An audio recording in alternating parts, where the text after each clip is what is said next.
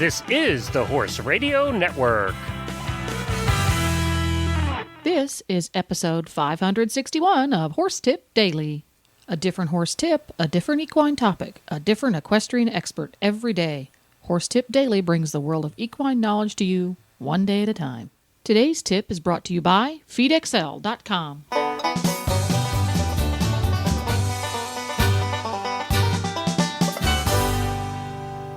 Hi, Coach Jen here, and thanks for tuning in to Horse Tip Daily. Today's tip is from Randi Thompson. Randi is internationally recognized for her award-winning How to Market Your Horse Business and Horse and Rider Awareness educational programs. Randi has been in the horse industry for 35 years and has been coaching professionals for 15 years in horse and rider training, business, and marketing. Today's tip, hand position, getting it right. But first, a word from today's sponsor, FeedXL. Poor Gypsy is suffering from horse envy. He's the new kid in the pasture and can't get over the stamina and shape of his fellow stallmates. Rumors around the barn point to FeedXL. It seems their owner has been online and discovered the FeedXL nutrition tool. That means Gypsy's in for a big transformation. The other horses have been telling Gypsy all about the changes made to their diet and how FeedXL has improved their overall well-being. When it comes to your horse's diet, conflicting advice can result in overfeeding and money wasted. With a FeedXL nutrition tool, enter your horse's weight, diet, and activity level to get started. It'll allow you to see where your horse's diet stands and give you the opportunity to revise it until it's balanced. FeedXL has the latest science backing them up, allowing you to take charge of your horse's diet with an easy-to-use nutrition tool, taking the guesswork out of what to feed your horse. It's almost like Gypsy has his own personal nutritionist right at the barn. Visit FeedXL.com for a simple and easy nutrition tool to balance your horse's diet for optimum health. Now, enjoy today's tip. Welcome back, Randi Thompson, Queen of Horse and Rider Awareness. What have you got for us to become aware of today? Oh, there's so many things to become aware of, whether we're working with horses or with our life. But today I've planned some things that a lot of riders of all levels seem to have issues with. And I'd like to start with how we can show each person how to be able to hold their hands around the reins. You probably, because you teach yourself, Jennifer, I found that one of the bigger issues of teaching riders or other people to hold their reins is just how to hold their reins. Do you find that's an issue too? Well, I think that's a universal for anybody who teaches riding is you can say in your sleep without losing any REM, close your fingers. That's right. You can say that without, you can probably say it without moving your lips. Uh-huh. That's right. It's true. And all the books tell us we need to do it that way. Yeah. All the books tell us we need to do it that way. But it's, most riders never really get the concept. So what I would like to do is we're going to try to share with your listeners how they can create a more effective hand position through the radio. It sounds like something on Star Trek. Okay. I know. Live long and prosper. There we go. So we're going to do virtual hand position. Okay, shoot. All right. Well, as I said, I found that the weakest areas that most riders have and complain about with their riding positions is how they actually hold the reins. They're not sure how they can keep the reins from sliding all over the place. It doesn't matter if you're riding English or Western. The facts are the same. Duct tape, that's right. No, that's probably not show-worthy, though, is it? It's right. But, as you know, open fingers mean broken fingers. If for no other reason than that, we need to learn how to close our fingers. For those who compete, every rule book states the same thing, that the rider's hands should be closed. Now all we have to do is get everybody comfortable being able to close their hands. Now that you're thinking about how you can hold your reins with your hands while you're riding, you are ready to practice how they should be. This sounds so simple, yet most riders never understand how their hands can look better and be more effective. Let's begin with an awareness exercise.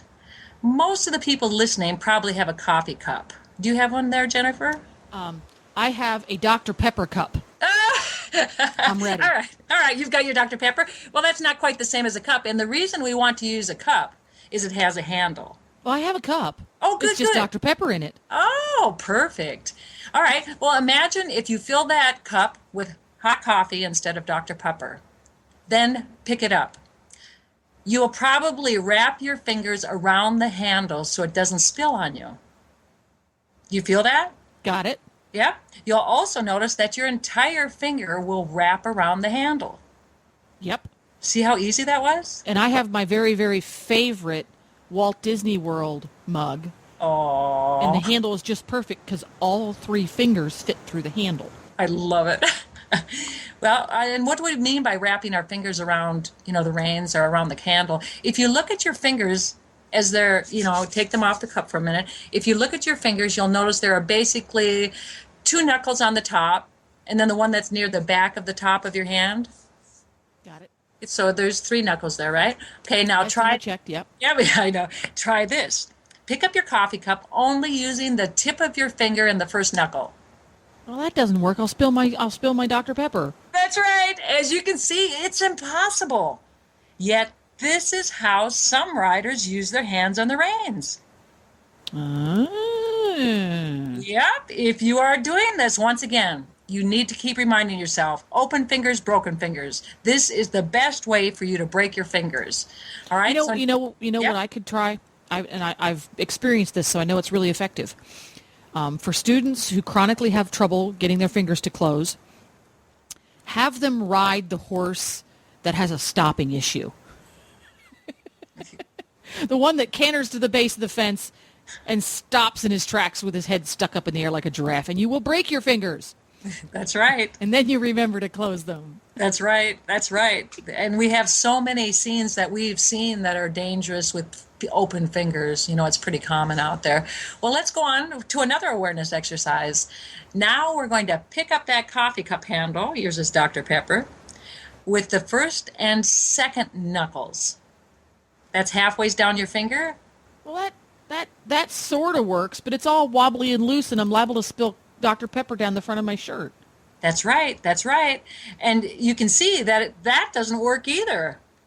No, not efficient at all. No. Not efficient at all. And again, the reins will be sliding onto your hands. And if you're working with any form of contact, because whether you're riding with a contact on the weighted Rommel reins of a Western horse or on the contact of a dressage horse, you won't have that real contact unless your hands are closed around the reins.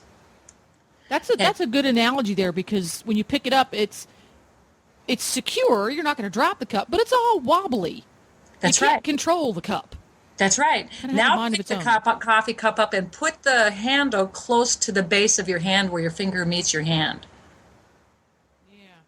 Now you feel that on the coffee cup, and when you pick the coffee cup, you'll feel that your fingers are closed right around the coffee cup. Much more efficient. Mm-hmm.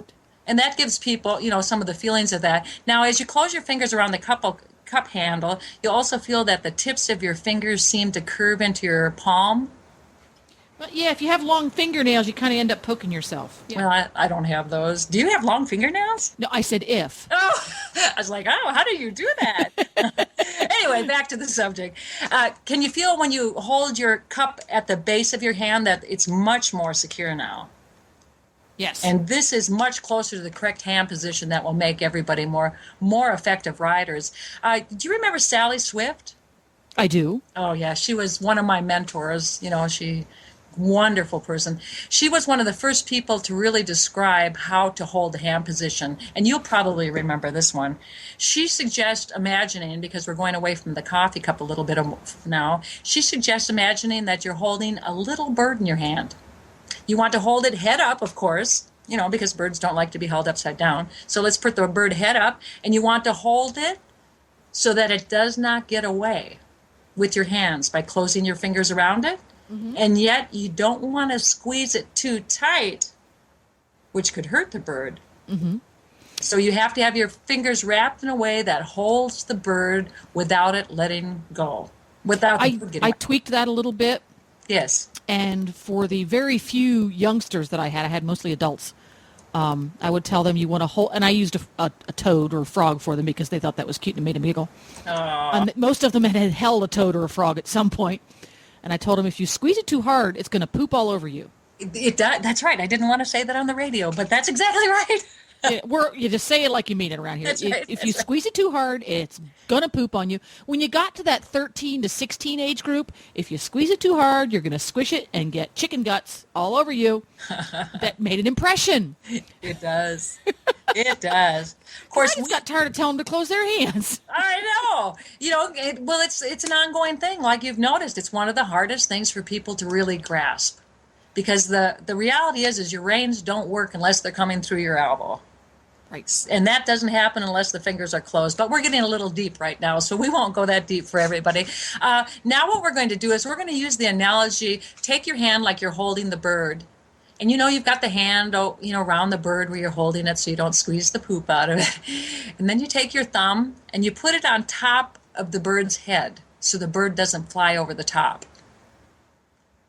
Like your thumb wrestling. That's right. And yep, exactly. Now, by putting your thumb down, you've probably known people that have reins slip sliding all over the place. We all do. It's the thumb that you put over the top of the rein, English style, and Rommel below, that keeps the reins from sliding out. That's sort of the anchor. Yep, that's the anchor. That's exactly right. Of course, like anything else with riding horses, this hand position, as you know, is going to take practice. How long have we been practicing it? We never stop, do we? It's constant. It's constant. And once you are holding your reins correctly, you're ready to see how you are positioning your hands so that they are in the right place to connect with a horse. Close your fingers, like we discussed, and look down to see how they look. So you're going to put them in front of you like you're on a horse. Okay, This is what you'll do while you're riding, and if so you can see if they're in the right position or not. So as you're looking at the top of your hands, because they're on your desk or whatever right now, right? Mm-hmm. And if you turn your hands so that the fingers are down, you've seen that position before. Puppy hands, playing the piano. Hands, yeah. Okay, ineffective use of the rein. Okay, so we're going to lift our thumbs up. Okay. Think of holding that bird or coffee cup upright. If you're riding with a contact, the connection from the bit to the rider's elbow and seat cannot happen unless you've got your hands in the right place. Okay, so now what we're going to do is we're going to play with turning your fingers up towards you. You've seen this also. Well, the upside down hands, yeah. Yep. It'll cause you to keep lifting your hands and balancing on the reins. And this happens, it's surprising how many levels of riders are still doing this, and it comes from not being comfortable with adjusting their reins all the time. What you want to see when you look down, because we're going to look now at, because we've got your hands on the table and you want to see, well, which direction, people are always saying like, well, should I tip my fingers in towards my chest? You've seen that position, or you bring your fingers straight out. Well, now what we're going to do is we're just going to look at our hand from the top and see what it should look like as we're riding. If you look at your thumbs that are holding the bird, the top of your hand, they should be pointing at the opposite ear. Gotcha. Got it? The opposite ear of the horse. That's exactly right. Just wanted to make sure. That's a good point. Yeah, and you'll see, and when you do that, what you'll notice is that if you look down at the back of your arm, you'll see it's a straight line that goes from the outside of your elbow right up to the back of where your fingers join the back of your hand. Can you see that straight line? Yep. That's supposed to stay straight. And what a lot of riders do that causes them to open their fingers is they bring them either to the outside, the inside, the up or down position. So this is a way where you can be on a horse, look down and check for that straight line. Make sure that your fingers are pointing towards the opposite ear and that your fingers are closed around the reins. Ta-da! And now you have the basics for a hand position that will make you a more effective and elegant rider. The next time you ride, keep repeating to yourself, open fingers, broken fingers, open fingers, broken fingers. And you will find that it'll be easier to start closing your hand around the reins. As always, remember that anytime you change your riding position, it takes time.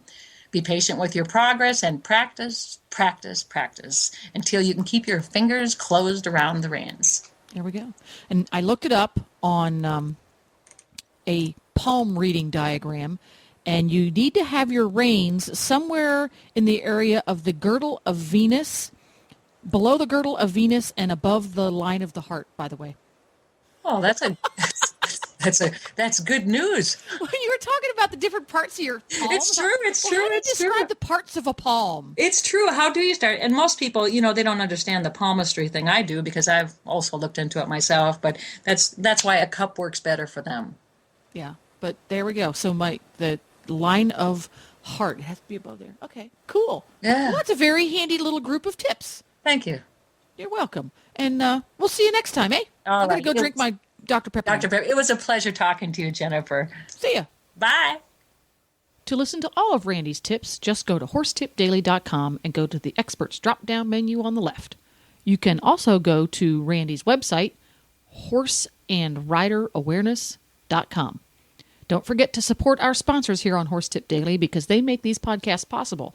Today's sponsor has been FeedXL.com online nutrition software. Go to FeedXL.com today and find out if your horse's diet is everything it should be. Please stop by the Horse Tip Daily Facebook page and let us know what you think of the tips you hear on the show. It's also a great place to tell us about topics you'd like us to cover on the show. You can subscribe to all of the great shows on the Horse Radio Network through iTunes or Zune and get your horse podcasts automatically downloaded to your iPod, Zune, or MP3 player. I'll be back again tomorrow with another new expert and a different horse tip. Until then, go ride your horse! The Horse Radio Network and the Horse Radio Network hosts are not responsible for statements of guests or their opinions. Use your own judgment when listening to the tips provided by the experts on Horse Tip Daily.